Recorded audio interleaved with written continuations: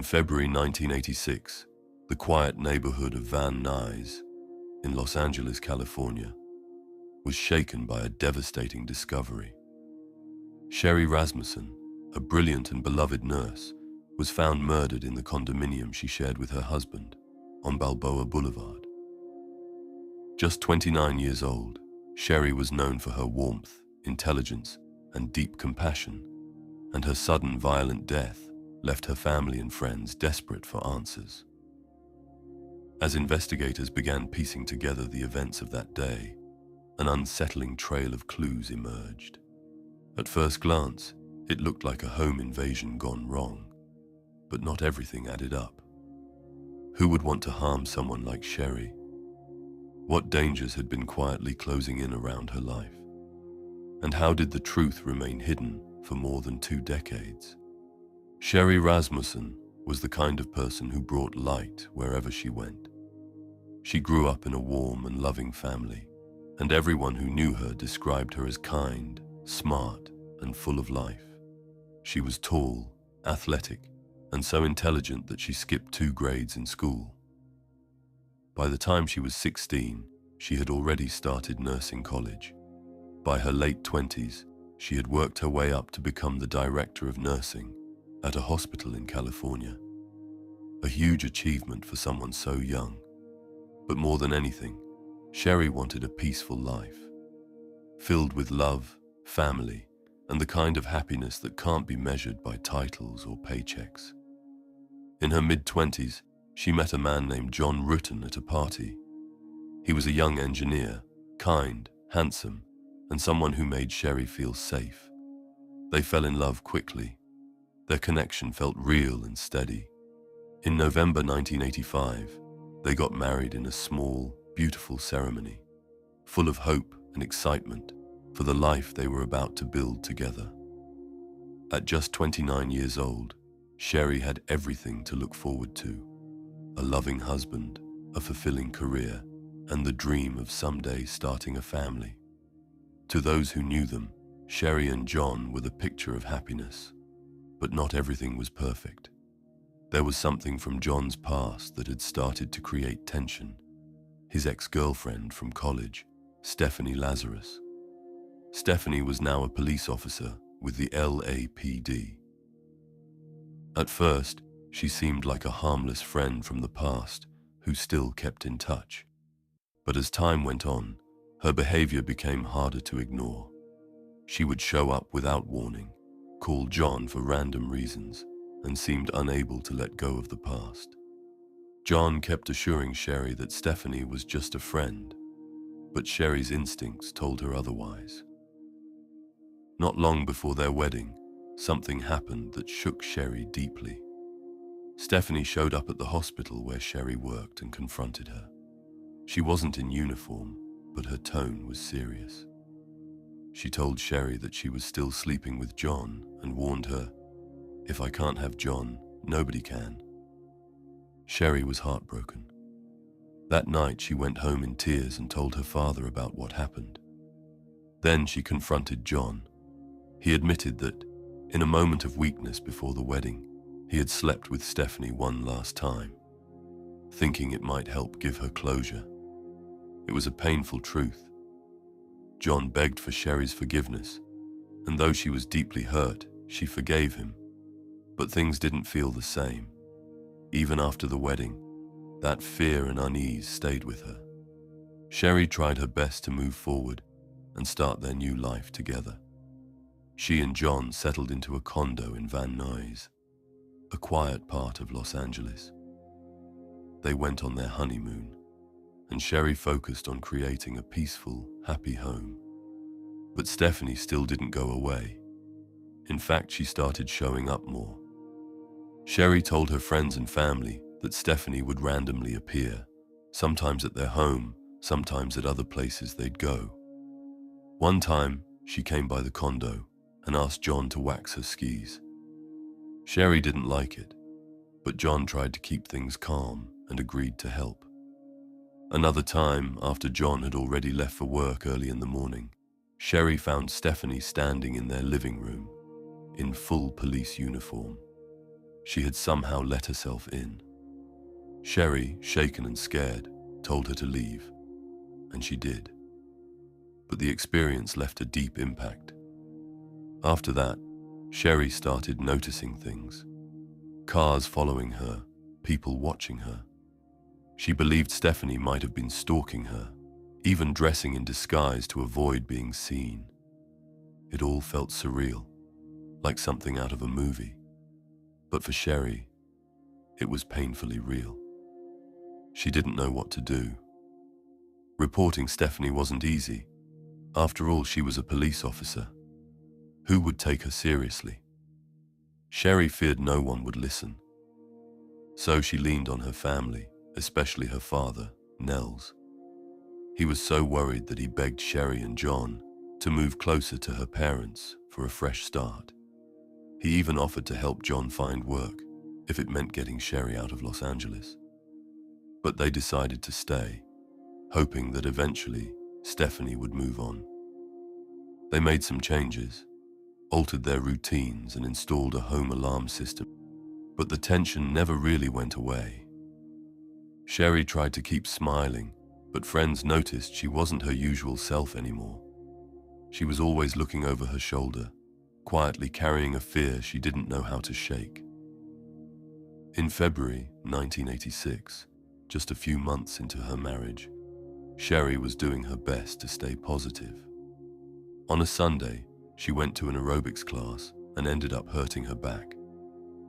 The next morning, Monday, February 24th, she decided to stay home and rest. She wasn't looking forward to a long meeting at work anyway, and the back pain gave her a reason to take it easy. That morning, John left for work around 7:20 a.m., kissing Sherri goodbye while she was still in bed. They both thought it would be a normal day, but it wasn't. That morning, something terrible happened. Something that would change everything. Around midday, some of the neighbors in the condo complex began to notice strange things. A maid working in a nearby unit heard what sounded like a terrible struggle. Loud noises, something heavy hitting the floor, maybe even shouting. Another neighbor noticed that the garage door at Sherri and John's condo was wide open and that Sherri's car was gone. These were all signs that something wasn't right. But at the time, no one called the police. The maid later said she assumed it was just a couple arguing and didn't realize how serious the situation really was. That evening, John came home from work, completely unaware that anything had gone wrong. As soon as he pulled into the driveway, he saw broken glass scattered outside and the garage door still open. That alone made his heart drop. Sherri's BMW was missing, which was unlike her. She wouldn't have left the garage wide open or taken the car without saying anything. Panic set in. John rushed inside the house, calling out for Sherri. What he found inside would haunt him forever. The living room was in chaos. Furniture overturned, a vase shattered. In the middle of it all lay Sherri, motionless and bleeding. John rushed to her, dropped to his knees, and held her, pleading for her to wake up. But it was too late. In shock, he managed to call 911. The woman he had married just 3 months earlier was gone. When police and paramedics arrived, they were met with a deeply disturbing scene. The condo showed clear signs of a struggle. Furniture was overturned, a vase lay shattered, and a bloody handprint marked the area near the panic button. It was clear that Sherri had tried to defend herself. She had visible injuries, and there were indications that someone may have attempted to restrain her. One particularly unsettling clue was a bite mark on her arm. She had been shot at close range. Even seasoned officers were shaken by what they saw. At first, the scene suggested a possible break-in. Electronics were stacked near the door, as if someone had planned to steal them, but left in a hurry. Sherri's purse and the couple's marriage license were missing. Outside, her car was gone, something John noticed the moment he got home. The police quickly formed a theory. They believed Sherri had been home alone, resting with a sore back, when burglars broke in. Maybe they didn't expect anyone to be there, and when they found her inside, things turned violent. The chaos in the living room, the missing car, and the electronics by the door all seemed to support that idea. Just a few weeks after the murder, another nearby home had been broken into, and a woman had walked in on 2 male thieves. That case made police think maybe the same kind of thing had happened to Sherri. That night, lead detective Lyle Mayer tried to comfort John. He told him directly, "I don't think you had anything to do with this. It looks like your house was burglarized today." John was too overwhelmed with grief to question anything. His world had just fallen apart. The idea that someone he knew could have done this didn't even cross his mind. He believed what the detective said, that this had to be a random, terrible crime. From the moment Sherri's parents, Nels and Loretta Rasmussen, heard the news of her death, they felt, deep in their hearts, that this wasn't just a random crime. They remembered everything Sherri had told them, how she had been living in fear, how uneasy she felt, and how she had warned them about someone specific. In the days after the murder, as they spoke with detectives, they told them everything they knew about Stephanie Lazarus, the LAPD officer who had threatened and harassed their daughter. Nels told the police how Stephanie had shown up at Sherri's work and their home, uninvited, saying frightening things like, "If I can't have John, no one can." Sherri had taken those threats seriously. She had told her family she was scared, really scared, and even worried Stephanie might try to hurt her. Sherri's mother and sisters also tried to speak up, urging investigators to look at this as something personal, not just a break-in gone wrong. They even mentioned another woman, a nurse from Sherri's job, who had once argued with Sherri after losing out on a promotion. But to the Rasmussens, Stephanie seemed like the most obvious person to look into. Tragically, the police didn't listen. Whether it was because Stephanie was a fellow cop, or because they were too focused on the burglary theory, detectives brushed off the family's concerns. One of the detectives even told them it wasn't likely that a woman, especially a female police officer, could have done something so brutal. They made a quick note about Stephanie in the case file, but never seriously looked into her. Instead, they kept chasing unknown male suspects and following leads about local burglaries. For Sherri's family, it felt like they were shouting into the wind. Nels kept calling the police, reminding them about John's ex-girlfriend, the lady cop, but he was met with silence or rejection. One officer even told him flat out, "There's nothing there." It broke their hearts. Not only had they lost Sherri, but now they felt that no one was willing to fight for her. As time passed, the pain didn't. The case went cold. Days turned into years. Every birthday, every holiday, every February when the anniversary of her death came around, Sherri's family held on to hope, hoping someone would finally listen. Her mother later said, "There's no such thing as closure. You just carry the pain with you." John, Sherri's husband, eventually left Los Angeles. He tried to start over, but the grief and guilt followed him. He had seen what was done to the woman he loved, and the thought that her killer might still be free was impossible to forget. Meanwhile, the case file sat untouched in storage. It seemed that Sherri's story was fading away, but her family never stopped remembering. They held on to her memory, through stories, through love, and through quiet, steady hope. Then, years later, a small sign of hope finally appeared. In the early 2000s, the LAPD began reviewing old cold cases using new DNA technology. Sherri's case was one of them. In 2004, a criminalist named Jennifer Francis reopened the file. She found a swab from the bite mark on Sherri's arm, evidence that had been stored all that time. When tested, the results changed everything. The DNA from the bite belonged to a woman. This was huge. For years, detectives had assumed Sherri's killer was a man. Now there was clear physical proof that a woman had attacked her. Jennifer checked the case file and saw there had once been mention of a third-party female who had threatened Sherri, likely referring to Stephanie Lazarus or the woman from her workplace. Jennifer brought her findings to a supervising detective, but instead of digging deeper, he dismissed her concern. "Oh, you mean the LAPD detective," he said. "She's not part of this." And just like that, even with hard DNA evidence, the case was put back into storage. It was as if no one wanted to believe what was right in front of them. Once again, Sherri's truth was ignored. In 2009, more than 2 decades after Sherri's murder, something finally changed. A detective named Jim Nuttall from the Van Nuys division happened to come across Sherri's old case file.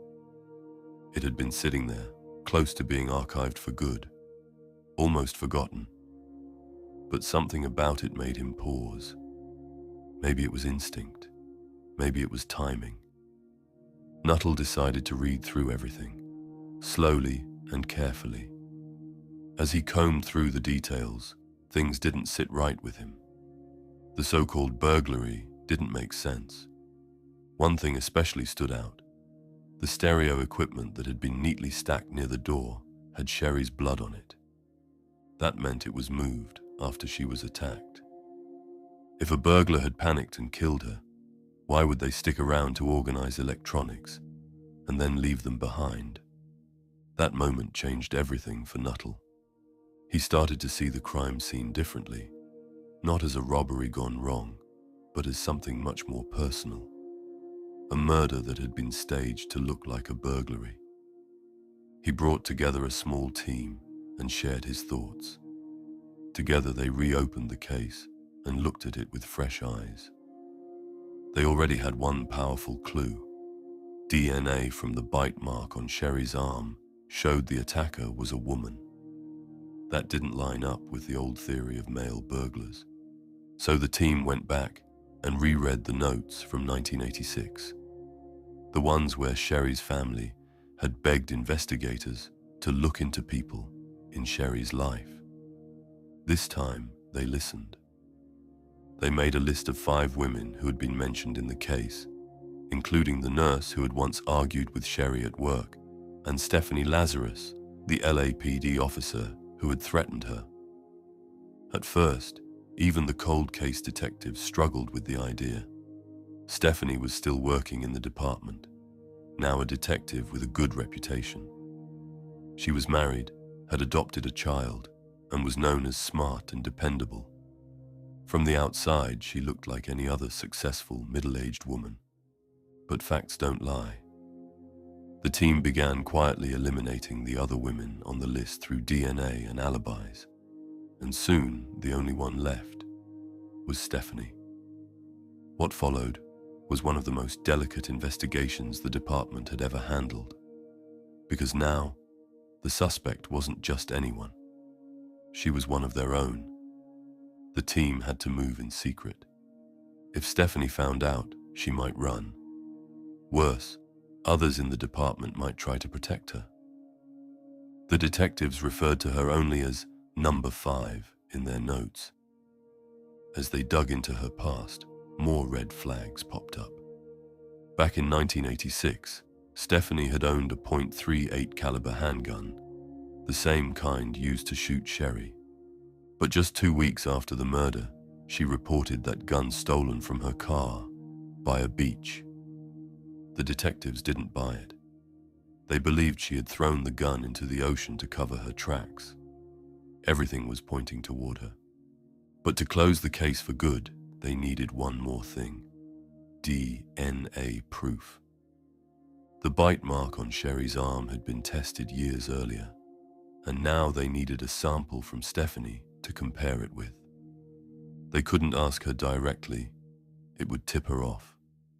So they followed her one day, watching closely as she went about her normal routine. She stopped at a Costco, drank from a soda cup, and threw it in the trash.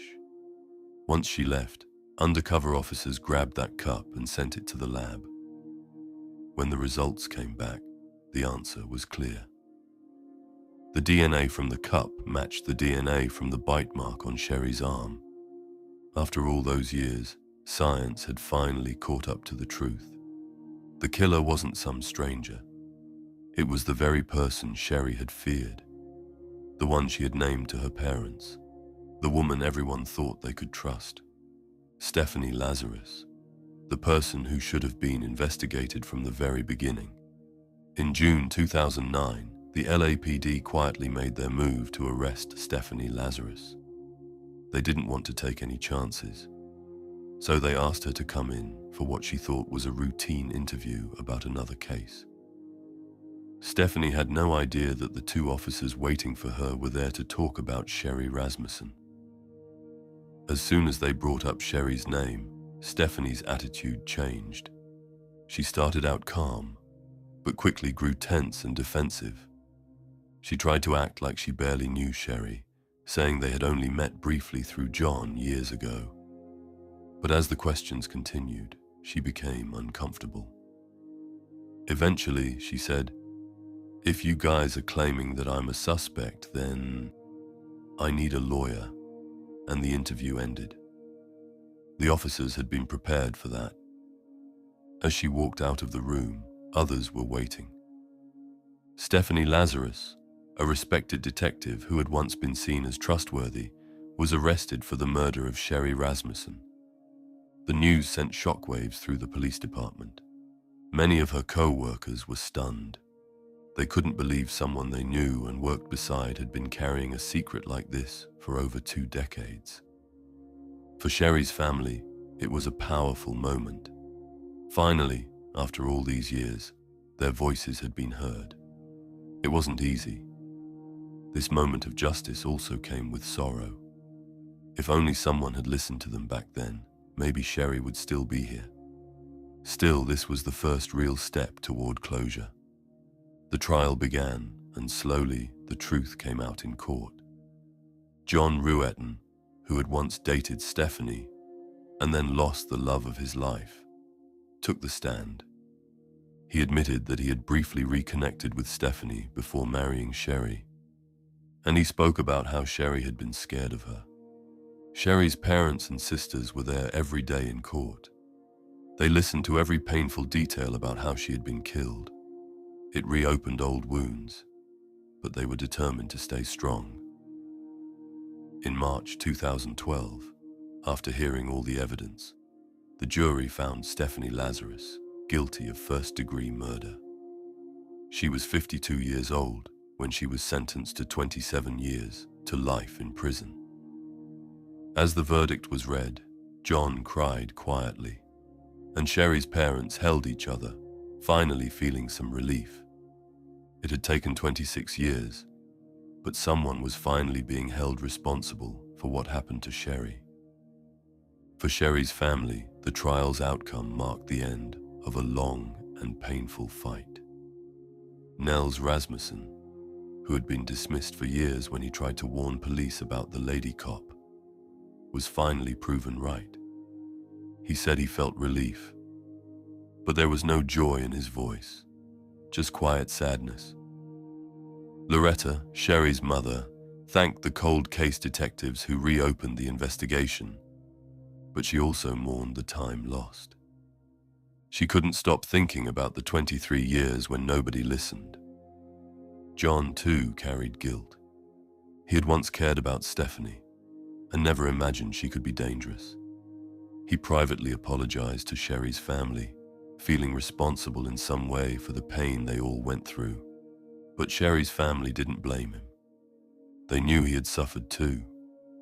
In the end, they all shared the same deep loss.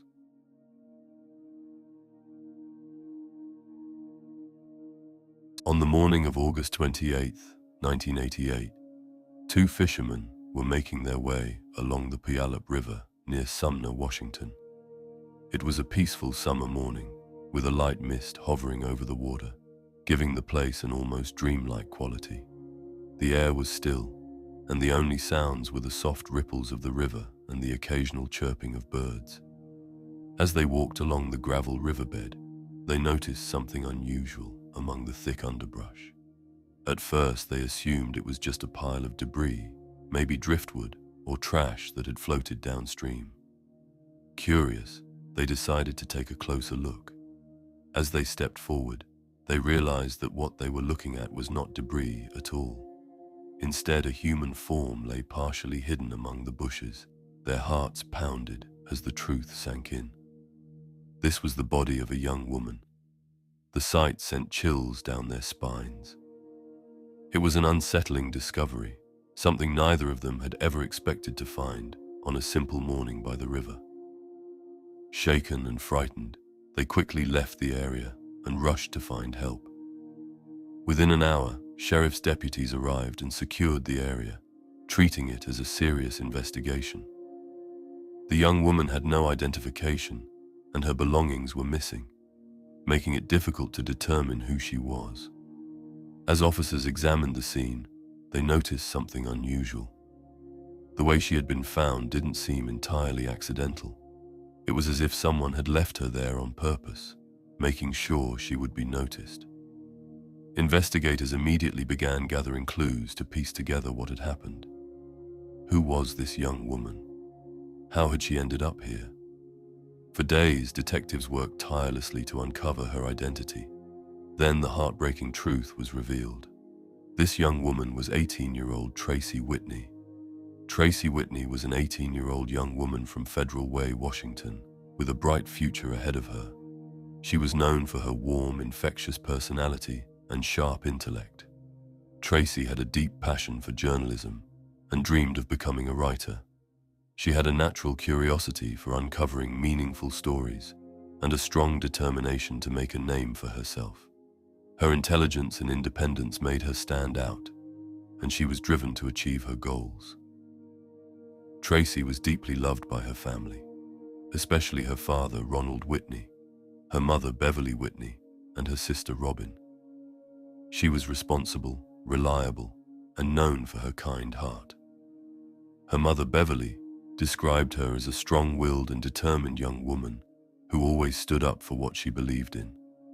Tracy shared a close bond with her parents, and they supported her ambitions wholeheartedly. Friends described her as outgoing and thoughtful, someone who could bring light and energy to any room. She formed strong connections with the people in her life and valued her relationships deeply. Outside of her studies, Tracy enjoyed spending time with her friends and frequently visited local hangout spots. She had an on-and-off relationship with a young man named James Pollard, though she remained focused on her aspirations and personal growth. With a strong sense of purpose, a supportive family, and a drive to succeed, Tracy was on the path to achieving her dreams and shaping her future. On the night of August 27, 1988, Tracy Whitney went out with her friends to a Burger King in Federal Way, Washington.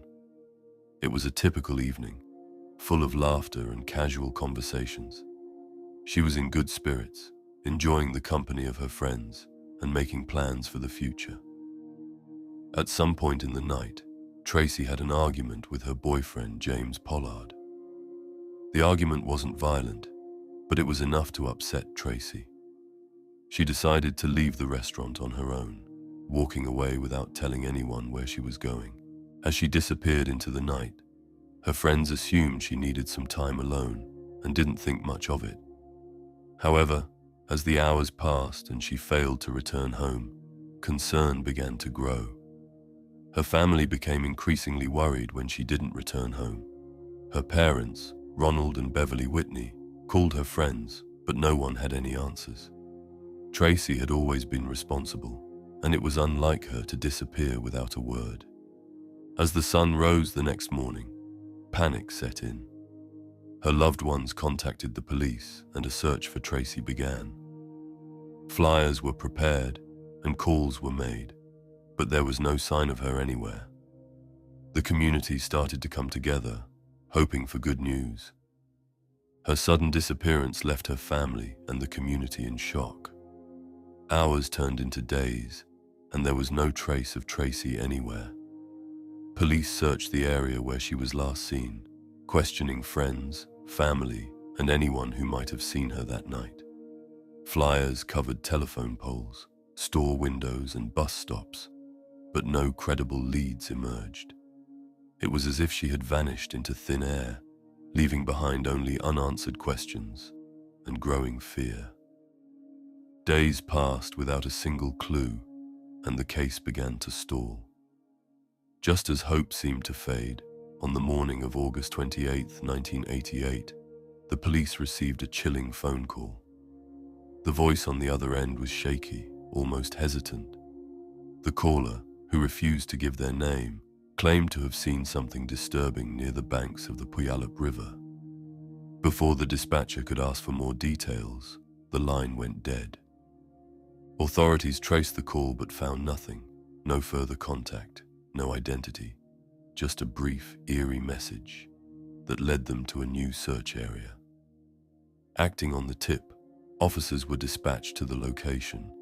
The Puyallup River, known for its thick underbrush and isolated terrain, was not a place where someone would casually venture alone at night. As law enforcement combed through the area, two fishermen nearby flagged them down, their faces pale with shock. They had stumbled upon something terrifying, a human figure partially hidden among the brush near the gravel riverbed. Though she had no identification on her, the authorities had little doubt that she was Tracy. However, to confirm, they worked tirelessly to uncover her identity. Investigators examined missing person reports, checked dental records, and contacted her family for any distinguishing features. After thorough verification, it was confirmed. Tracy Whitney had been found, and the mystery of her disappearance had taken a dark and tragic turn. After confirming that the body was indeed Tracy Whitney, investigators focused on figuring out what had happened to her after she left Burger King, and how she ended up nearly 20 miles from where she was last seen. Witnesses reported that after leaving the restaurant, Tracy walked alone toward a nearby bus stop. A bus driver later confirmed that he saw her standing there, waiting as if she intended to go somewhere. However, when he passed by again a few minutes later, she was gone. Around the same time, a dark-colored car was seen parked near the restaurant, its driver appearing to watch the entrance. Some witnesses claimed they saw Tracy talking to someone near the vehicle, but no one could confirm whether she got inside willingly or was forced. Investigators also received an anonymous phone call from someone who claimed to have seen Tracy near the wooded area, where she was eventually found speaking to an unknown man. However, the caller hung up before providing more details, leaving detectives with yet another frustrating dead end. With no clear answers, police were left to wonder, did Tracy leave with someone she trusted, or was she taken against her will? The location where she was found told a disturbing story. Her body was lying near the riverbed, completely unclothed with clear signs of violence. It was obvious that this wasn't an accident. Someone had taken her, harmed her, and left her there. The police ordered an autopsy to determine how she had died. The results showed that Tracy had been strangled, meaning someone had choked her to death. There were also injuries on her body, suggesting she had fought back, trying to escape or defend herself. This indicated that her attacker was strong and determined to overpower her. However, investigators faced a major challenge. There wasn't much physical evidence left behind. They couldn't find a murder weapon, any of Tracy's missing belongings, or anything that could quickly lead them to the person responsible. As the investigation continued, detectives focused on the people closest to Tracy. Her boyfriend, James Pollard, was the first person they questioned. Since they had argued on the night of her disappearance, he was a natural suspect. Police wanted to know if he could have followed her or had any involvement in what happened. However, James had a solid alibi. He was with friends at the time Tracy was likely taken. He cooperated fully with investigators, and without any physical evidence linking him to the crime, the police had no choice but to rule him out. Another person of interest was Ronald Dwyer, a man with a troubling reputation. He had a history of harassing young women in the area, and some reports suggested he may have had an unhealthy fixation on Tracy. He had been seen near her neighborhood before, which raised red flags. When police brought him in for questioning, he appeared nervous and hesitant, further fueling suspicions. However, despite their efforts to find a connection, investigators had no solid proof that he was involved in Tracy's murder. With both Pollard and Dwyer ruled out, investigators turned to other possible suspects, but no one stood out. Witnesses who had seen the dark-colored car near the restaurant couldn't provide a clear description of the driver. The anonymous caller who had claimed to see Tracy with an unknown man never reached out again, leaving detectives with yet another dead end. The lack of forensic evidence only made things more difficult, forcing police to rely on witness statements and circumstantial leads that led nowhere. As weeks passed, the investigation slowed. Tracy's family desperately pleaded for answers, but law enforcement had little to work with. Despite their best efforts, no arrests were made, and the case grew colder with each passing day. For more than 3 decades, Tracy Whitney's case remained a painful mystery. Detectives had exhausted every lead, and despite countless interviews and theories, the person responsible for her murder remained unidentified. Her family never gave up hope, but as the years passed, it seemed like justice might never come. Then, in 2023, a breakthrough changed everything. A team of forensic analysts conducting routine cold case reviews decided to re-examine the evidence collected from Tracy's crime scene. Among the items stored for decades was a single strand of hair, one that had been too small to analyze with the technology available in 1988. However, with modern advancements in DNA testing, that same hair could now reveal a story that had remained hidden for 35 years. The forensic team ran the DNA through the national database, hoping for a match. When the results came back, it was the moment investigators had been waiting for. The DNA did not belong to any of the previous suspects, ruling them out once and for all. Instead, it pointed to an entirely new individual, someone who had never been considered before. The long, cold case had finally been revived, and for the first time in decades, there was a clear path to uncovering the truth about who had taken Tracy Whitney's life. The DNA evidence led investigators to John Joseph Gillow Jr., a man who had never been a suspect in Tracy Whitney's murder. Gillow had been living in Washington at the time of her disappearance, but there were no known connections between him and Tracy. His name had never surfaced in the original investigation, allowing him to evade suspicion for decades. However, as detectives dug deeper into his past, they uncovered a disturbing history of violence against women, making it clear that he had likely been capable of such a horrific crime. Gillow had been investigated in connection with 2 suspicious deaths, his girlfriend in 2010 and his wife in 2020. In both cases, circumstances strongly suggested foul play, but there was never enough evidence to charge him. Despite these allegations, he continued to live a quiet life, never facing any real consequences for his actions. It was now evident that Tracy may not have been his only victim, but she was the one whose case would finally expose his dark past. Just as police were preparing to move forward with an arrest, they discovered that Gillow had already died in early 2022 from cancer. Though he would never face justice, investigators had finally answered the questions that had haunted Tracy's family for 30 years. While the news was bittersweet, knowing the truth brought long overdue closure. The case of Tracy Whitney was officially closed, proving that even the coldest cases could one day find justice. Although John Joseph Gillow Jr. would never face trial for his crimes, the truth had finally been uncovered.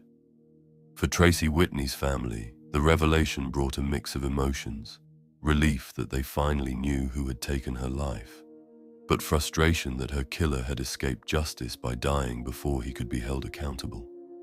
After 30 years of unanswered questions, they at least had closure, knowing that Tracy's case was no longer a mystery.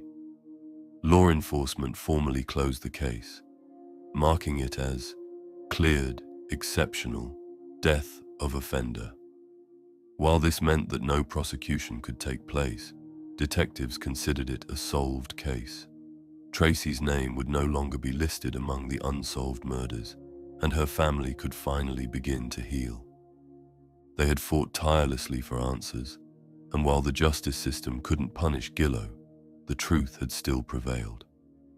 Tracy's story became a powerful reminder of the advancements in forensic science and the dedication of cold case investigators.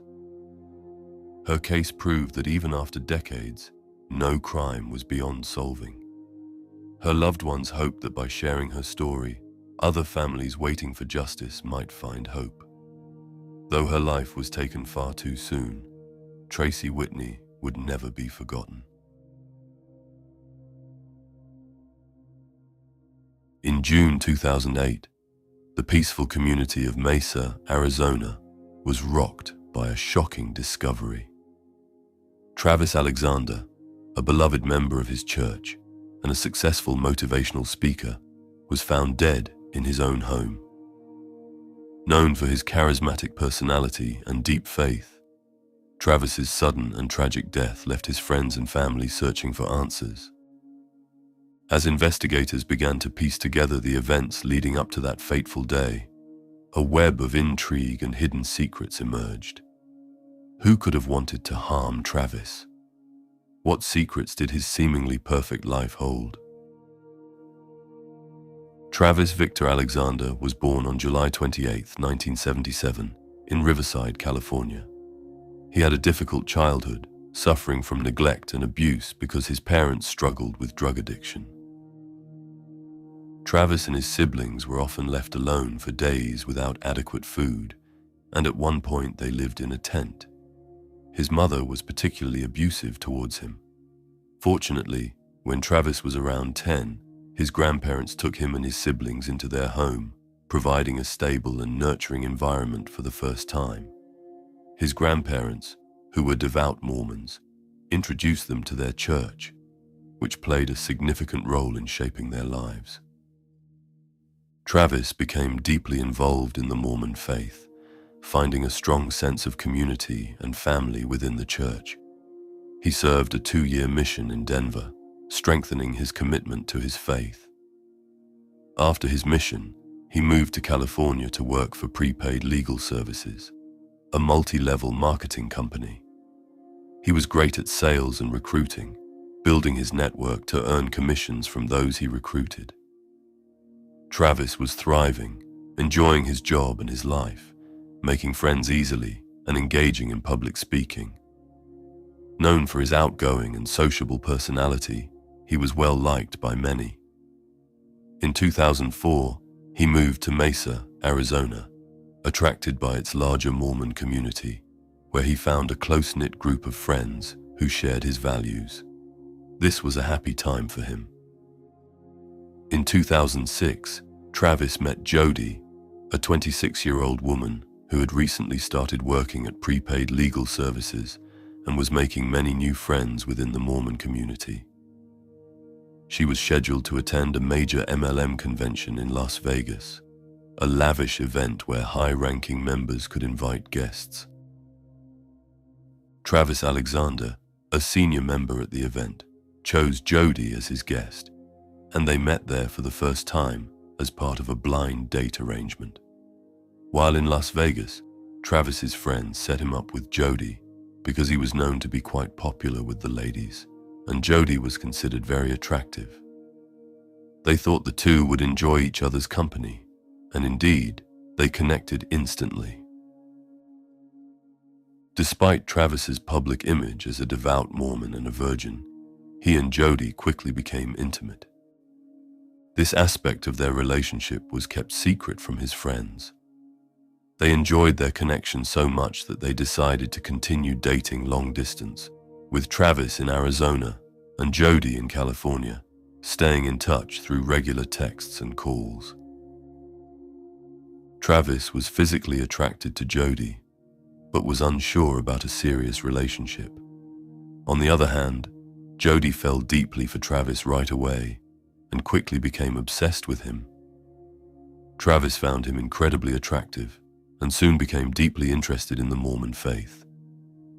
To grow closer to Travis, she decided to convert to Mormonism and was baptized in a Mormon church in Southern California on November 26, 2006. At that time, they were not officially dating because Jody was still with Daryl, her previous boyfriend, but she ended things with him around the same time she was baptized. During the holidays, Jody and Travis often communicated and flirted, sometimes meeting up for short romantic trips. They officially started dating in February 2007. Despite their Mormon faith's teachings against premarital sex, they did not adhere to this rule, and their relationship largely revolved around their physical connection. Jody often took photos during their time together and shared them on social media, openly expressing her happiness in the relationship. However, Travis was less committed and was even texting other women. When Jody discovered this, she was very upset and ultimately decided to end their relationship in June 2007. Jody hoped that breaking up with Travis would increase his interest in her. However, despite officially ending their relationship, they continued to meet up and maintain a physical relationship. Jody often initiated their meetings, even sneaking into his house to surprise him. Travis saw this as a casual relationship and did not want to commit fully, although he didn't mind continuing their physical relationship while also dating other women. However, Jody felt jealous and regretted ending her relationship with Travis. She wanted to be the only woman in his life and started acting in ways that Travis thought were like stalking. Although Jody disagrees with that and says she wasn't stalking him, Jody's actions escalated to more extreme behavior, such as breaking into Travis' house through a dog door and being there unexpectedly, even when he had other women over. She also went through his items, read his journals, and slashed his tires. These invasions of privacy greatly upset Travis, and he shared his frustrations with his friends. Despite these actions, which included hiding and spying on Travis during dates, contacting and threatening the women he dated, and even threatening Travis himself, he found it difficult to completely distance himself. Travis was very attracted to Jody, and she often drew him back into the relationship with the promise of intimacy. Throughout the next year and into March 2008, they continued their physical relationship without officially being a couple, sometimes even traveling together. In April 2008, Jody moved to Eureka, California, to live with her grandparents after breaking up with Travis. Travis was planning a work trip to Cancun with a colleague named Mimi Hall, scheduled for June 10th. However, Mimi became worried when she hadn't heard from him for 5 days before their departure, as they would normally be discussing trip details during that time. On June 9th, the night before their scheduled trip, she went to his house because he wasn't responding to her messages. When no one answered the door, she called a mutual friend who then got her boyfriend involved. They all met at Travis's house to check on him. Despite their efforts, they couldn't get any response from inside the house. but they could see his dog inside, which made them very worried. They called another friend for the garage code, entered the house through the laundry room, and immediately noticed a terrible smell. They thought it might be from the dog or trash, but it was much worse.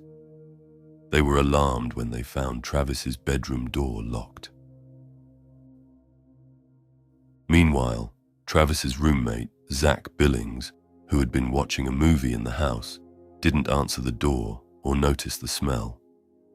He reached out to his roommate in Eureka and discovered he hadn't seen Travis for almost a week. He found a key to Travis's room to discover what had happened to him and opened the door. Shockingly, they saw a lot of blood from his room to the bathroom, where Travis was found on the ground. They quickly called 911 and told the operator that our friend was dead in his bedroom. The police came immediately and took Travis's body from the scene for a thorough examination. It was discovered that Travis had been stabbed 29 times and also shot above his right eyebrow. Investigators collected hair samples, fingerprints, and other possible DNA evidence at the scene. They also found a bullet casing on the ground, which they took as evidence. It appeared that someone had tried to partially clean the crime scene. The bedding was removed and found in the washing machine, and the shower had been used in an attempt to clean Travis's body. There was no sign of forced entry, leading investigators to believe that the perpetrator was someone Travis knew. Later, a camera found in the washing machine was damaged and wouldn't turn on, but the SD card inside remained intact and held several important photos that later became crucial to the investigation. The police questioned Travis's roommate, Zach Billings, about his whereabouts on the day of the incident. He said was at his home, but didn't hear any noises or the doorbell because he was watching a movie with his girlfriend, which distracted him from anything else happening in the house. It was strange for them to believe him. The police also questioned other roommates and friends who were at Travis's home that night. After investigating, they took fingerprints of them. For further investigation, the police questioned Jody as she was Travis's girlfriend. She said it was heartbroken over Travis Alexander's death and offered to help the police in any way possible. Their relationship was casual and on and off for 6 months before we decided to just be friends. Jody claimed she was on a road trip and not in Arizona at the time of Travis's death. She left Northern California on June 2nd, visited friends in Southern California, and arrived in Salt Lake City by June 5th. However, police discovered Travis was murdered on June 4th, around 5:30 p.m. During her interview, they noticed Jody had dyed her hair from blonde to brown and observed cuts on her fingers, which she attributed to clumsiness while bartending. Although Jody claimed this route, in reality, she traveled through California to Mesa, Arizona, then on to Salt Lake City, and finally back to Northern California. The police were somewhat uncertain about Jody's involvement, so they decided to take fingerprints from her and other people close to Travis to clarify their suspicions. Most of Travis's friends suspected Jody, but she consistently maintained her story during the investigation. A few days into the investigation, authorities recovered the SD card, which held several pictures of Jody taken on the day Travis was killed. This case captured public interest, partly because photos were documenting the events of that day. Travis and Jody often took intimate photos during their meetings, and on the day of the murder, Jody took numerous photos of Travis. The last photo believed to be taken just before his murder was crucial evidence. With proof of her presence, the police needed to challenge Jody to admit her initial story was false, prompting them to bring her in for questioning. She said, "I wasn't at Travis's house on the day he was killed. The photos might be from another time." Interestingly, the investigators have conclusive evidence, a bloody palm print, her hair, her blood at the crime scene, and a photo of her naked on Travis's bed that day. Additionally, there is a photo showing what appears to be her foot or leg next to his body. This evidence suggests they were engaged in a typical intimate encounter before it escalated into a physical struggle that continued into his bedroom. This is where it is believed Jodi fatally wounded Travis. There are numerous photos, and some debate exists about whether they were taken intentionally. Despite all the evidence, Jodi still denied her involvement. She said, "That leg in the photo isn't mine." The photo timestamps might not be accurate. However, she couldn't explain the palm print that linked her to the scene. Confident in the evidence, the detective arrested her. Jodi's behavior during the interrogation was very unusual. The next day, investigators tried a different approach by using a female interrogator, but Jodi didn't like this and asked for Detective Flores instead. Jodi realized she couldn't deny visiting Travis's house and changed her story. She said, "I was at his house around 3 a.m., but I didn't kill him. While we were together, 2 intruders entered the home and murdered Travis. They considered killing me too because I had seen the crime. I saw 2 people in schemas attacking Travis in his bathroom. Travis was injured and unable to move, and one attacker threatened me with a gun that didn't fire. I escaped by grabbing my purse and running away." Jodi argued she kept quiet to avoid danger or legal trouble, presenting herself as an innocent witness. However, the police did not believe her story because they knew the truth, and Jodi was indicted for first-degree murder on July 8, 2008. In January 2013, during her trial, Jodi Arias admitted to killing Travis Alexander, claiming it was in self-defense as she had to protect herself because Travis was attacking her. However, the evidence suggested that her real motives were jealousy and a desire to control him. As Travis began distancing himself and planned a trip with another woman, Jodi felt rejected. The extreme violence of the murder indicates that she was very angry and possibly seeking revenge. The evidence also showed that she had planned the murder. Jodi Arias was sentenced to life in prison without the possibility of parole, a sentence handed down on April 13, 2015.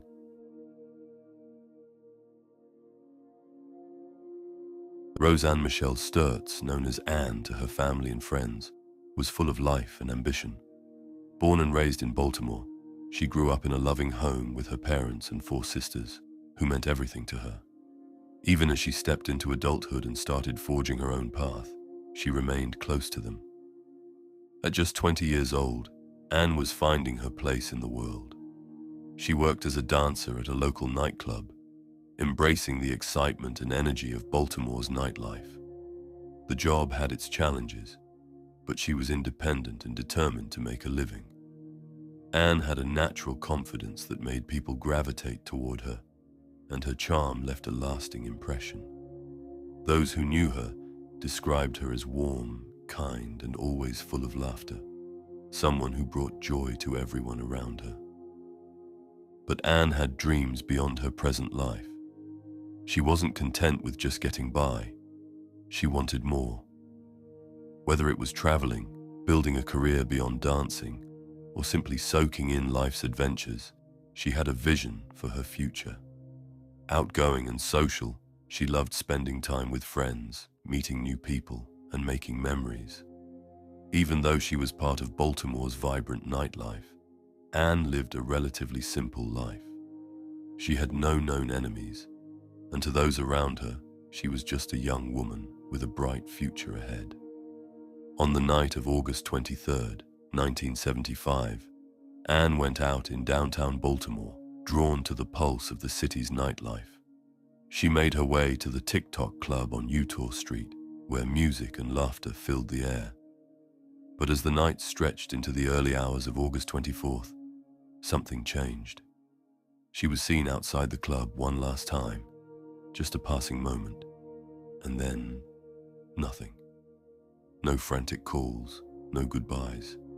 just silence. She was gone. At first, her family tried to stay calm. Maybe she had stayed with a friend or lost track of time. But as the hours passed, their worry deepened. Anne was responsible. She wouldn't just vanish without telling someone. By the afternoon of August 24th, unease turned into full-blown panic. Her family reached out to friends, club acquaintances, anyone who might have seen her. But no one had answers. No one knew where she went after leaving the TikTok club. There were no warnings, no signs of trouble, just an unsettling void. By that evening, the fear became unbearable. A relative went to the Baltimore City Police and filed a missing person report. Officers took the case, but without immediate signs of foul play, the urgency wasn't there. Detectives spoke to her family and friends, confirming she was last seen outside the TikTok club. But with no security cameras and no solid eyewitnesses, all they had was word of mouth. No one knew where she went next. No struggle, no enemies, no leads, just silence. Days turned into weeks, and despite desperate efforts, the case stalled. Police searched hospital records, checked unidentified bodies, and followed every possible lead. But nothing.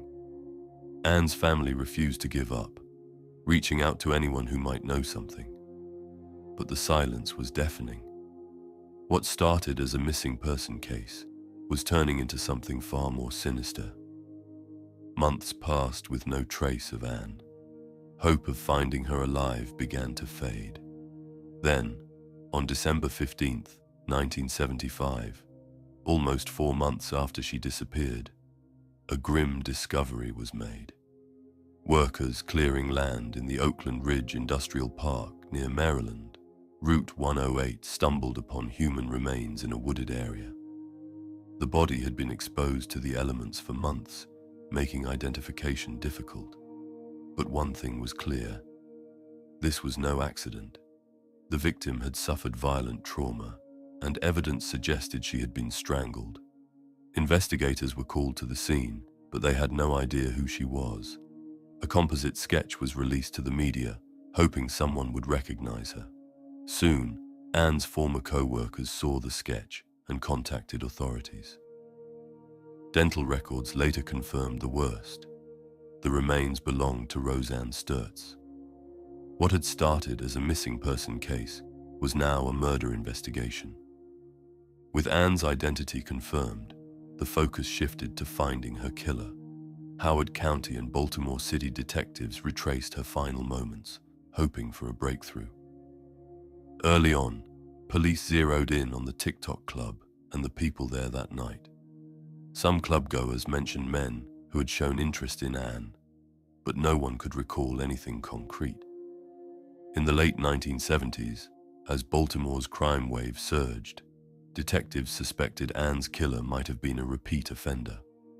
But without forensic technology, they struggled to make connections. Suspects were questioned, but nothing stuck. Then, in 1981, the case took a turn.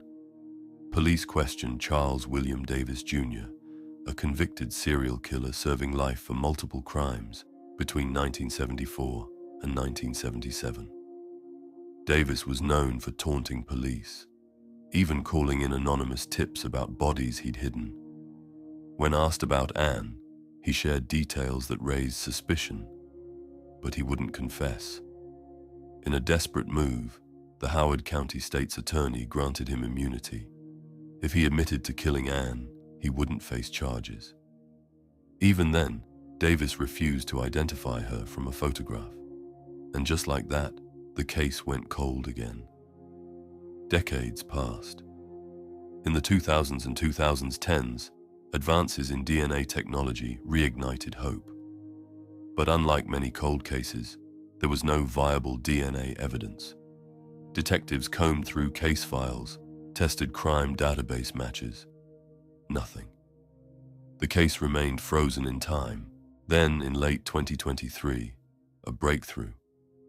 Corporal Wade Zufall of the Howard County Police reopened Anne's case.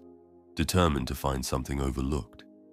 Instead of focusing on suspects or forensic evidence, he dug deep into old interview tapes, reports, and legal files.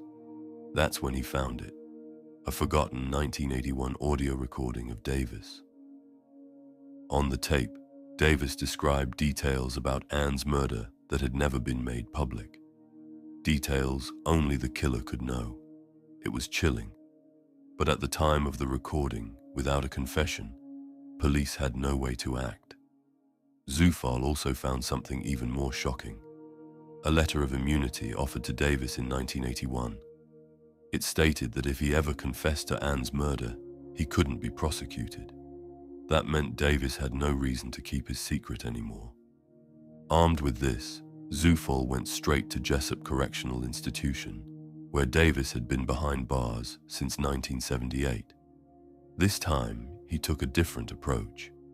Instead of using the same old photograph, he showed Davis a picture of Ann as she looked in 1975.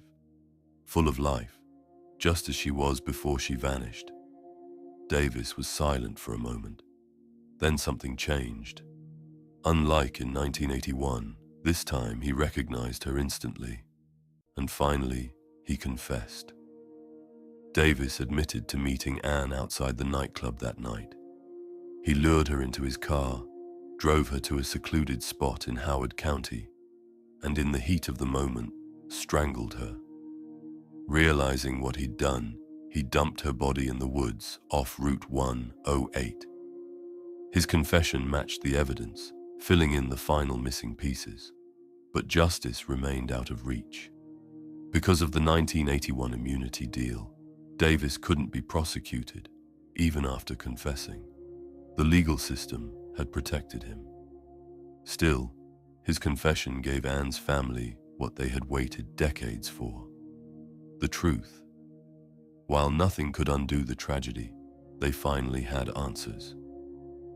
On March 11, 2025, Howard County Police held a press conference, officially closing the case.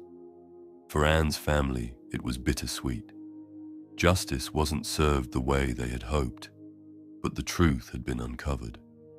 And now, her story would never be forgotten.